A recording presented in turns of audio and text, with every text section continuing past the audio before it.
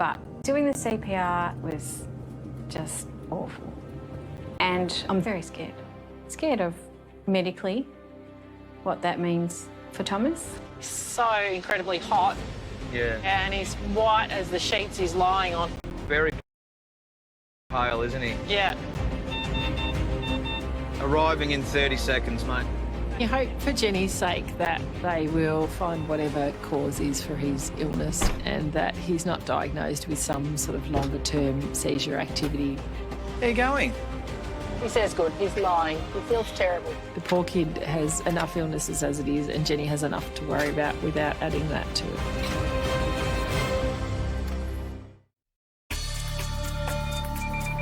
Paramedic partners Taz and Amanda have just started their afternoon shift and they're responding to an unusual call for help. We have been dispatched to a dog bite on nose. Patient intoxicated had gone out for a walk and come back with severe bleeding and nose split in two. Nose is split in two. Yeah. Our biggest concern when approaching a scene like this is obviously dangers. So dangers to myself, dangers to my partner. Is our patient safe? This guy's been bitten by a dog, so is that dog going to attack us? As the paramedics approach, there is no sign of a dog. Hello. Nasty nip on his nose. But it's clear Mick is in a bit of trouble. Can we have a look at your nose? Yeah, it's there. It is on your face. Can I pull the dressing away? Oh, yeah, a bit off. Okay, let's see the dressing. And Oh, yeah. Yeah. Yeah. Is it good or bad? It's a good one. He seems pretty comfortable despite this huge tear down his nose, which makes me wonder how much has he had to drink, because anybody sober would feel that pain. I will. A bit off. Do you want to take it? yeah, Come on. Don't be pussy. I'm not being a pussy. Have a look at Taz. look at this side. Sideways. No, that way. Mick seems to be enjoying the attention. No, we need to look this way. This is my best side. All right, Mick, I'm just going to take your blood pressure, okay? Yeah, no, it's pretty good. Yeah, I know. Yeah, I know. You think you can breathe from your mouth? Yeah, is it bad then? It's pretty bad. Was it a big dog or a little dog? Oh, it's fairly a big dog. He went, rah! And I went, rah! And I went, bastard. Okay. And I went, bastard. We know that we need to take Mick to hospital. But at the back of my mind, I'm also thinking Mick is under the influence of alcohol. And even though he's very cooperative, that can change any time. Are you in any pain? Oh, yeah. Oh, God. You just wrap my face up and give me shit on the nose. I'm all in pain. Yes. Okay. I can't breathe. I can't talk. Can you find me how I get there?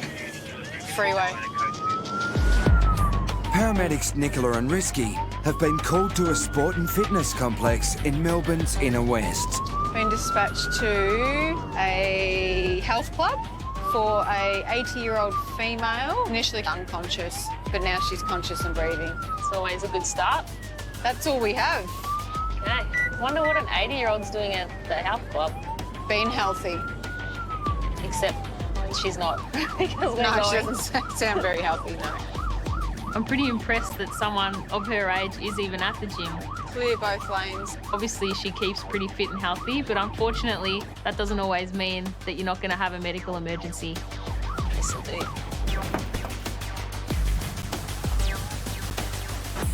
Hey, Bruce. How are you going? Good, how are you? He doesn't have a lot of blood pressure. Yeah. Intensive care paramedic Bruce is already on the scene, along with the health club manager. Eugene rushed to Joan's aid when she collapsed in the middle of her gym class. So when I first got to Joan, she had a faint pulse, and as time progressed and her blood pressure dropped, you couldn't feel the pulse in her wrist. And we were pretty glad to see the paramedics arrive on the scene. I think what we'll do, set up for an IV. Yep. So what I'm going to do, got the girls here to give me a hand. You're going to basically, I'm going to put a sharp needle in your arm. I think you need a bit more fluid. I'm going to give you that in a vein. More fluid? Yeah, you need more. Okay, let's take you to hospital, Mick. Get this nose fixed.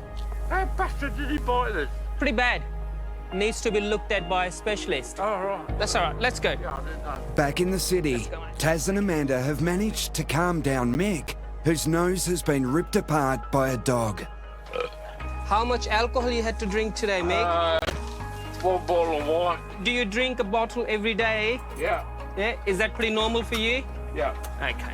In this job with dealing with people under the influence of alcohol, then you never let your guards down. You know, you're always assessing the patient's mood and making sure that you're safe and they are safe.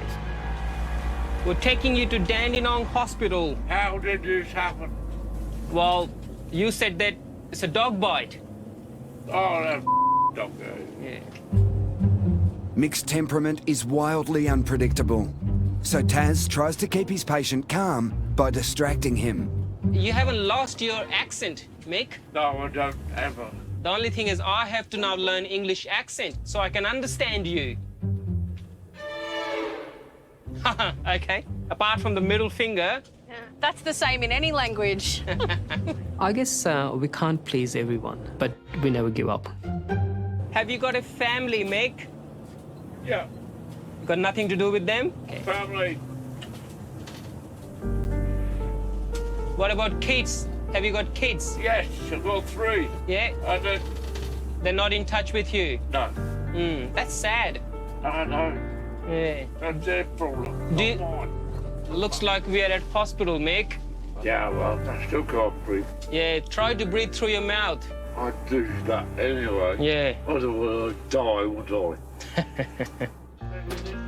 To be a true paramedic, you have to show compassion. All right, here we go. You get the gold class service. I don't judge people and I give my best possible help to everyone, regardless of their circumstances.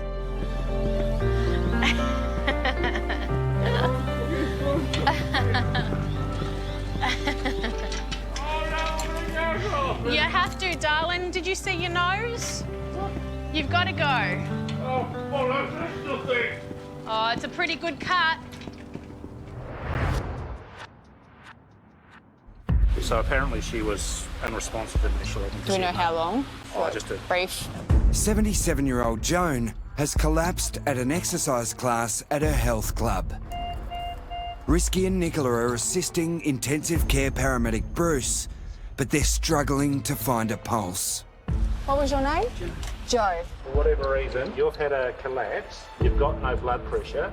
Helping out is health club manager Eugene, who's concerned about one of his favourites. When I saw Joan, she was a little bit incoherent. She didn't know what was going on or what happened to her. Joan is extremely fit for a 77-year-old. She always come in with a positive attitude, so she's a big part of the club. How much water have you had today? About 600 ml. You need more fluid. It's a hot day, and although it could be related to dehydration, with Joan's age, we have to be concerned that it could be something far more serious and life-threatening, such as heart problems or a blood clot in the lung. So I need to do a full assessment. It still could be your heart. I don't know. I need to have a good look at you. We're going to do a ECG. We'll do all of that in the car as well. Yeah. I'm not going with you. Hey, Joan, how about you let us do a job? At the moment, I'm sorry. you've had a collapse. You've got no blood pressure. You're not fit to walk anywhere. All right? Okay? We can't force people to go to hospital, but sometimes we need to use our experience and some firm language to explain to them that this is what's necessary. Now, Joan, had to be a bit firm with you because we needed to assess you and your blood pressure's still quite low. You don't have a pulse at your wrist, nor do you have one here. So it's telling me that your blood pressure's very low. In my opinion, I really think you need to go for assessment, even if your number's normalised. You going okay? The floor's not the most comfortable place in the world, is it? No, I haven't been down here before. No. So given Joan's able to have a little bit of a joke with me now, it makes me think that she might be a bit more open to coming to hospital. Surprisingly, although Joan's flat on the floor, she's still putting up a fight about going to hospital. I'm all right now. You're not yet. Okay, your blood pressure is still not the best, okay? So given Joan is apprehensive to be going to hospital, I don't think I'm going to be really relaxed until she's actually in the back of the ambulance and we're moving. That means that we've been able to convince her that that is the best thing for her today. I can't force you to do anything, but I can bet you if you try to sit up or stand up, you're going to vomit and collapse again. And I don't know the reason that's happened. No, I'm all right now.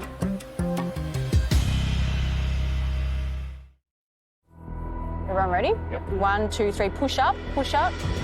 77-year-old Joan has been refusing to go to hospital after collapsing during a fitness class at her local health club. You okay? Have you got a headache? No.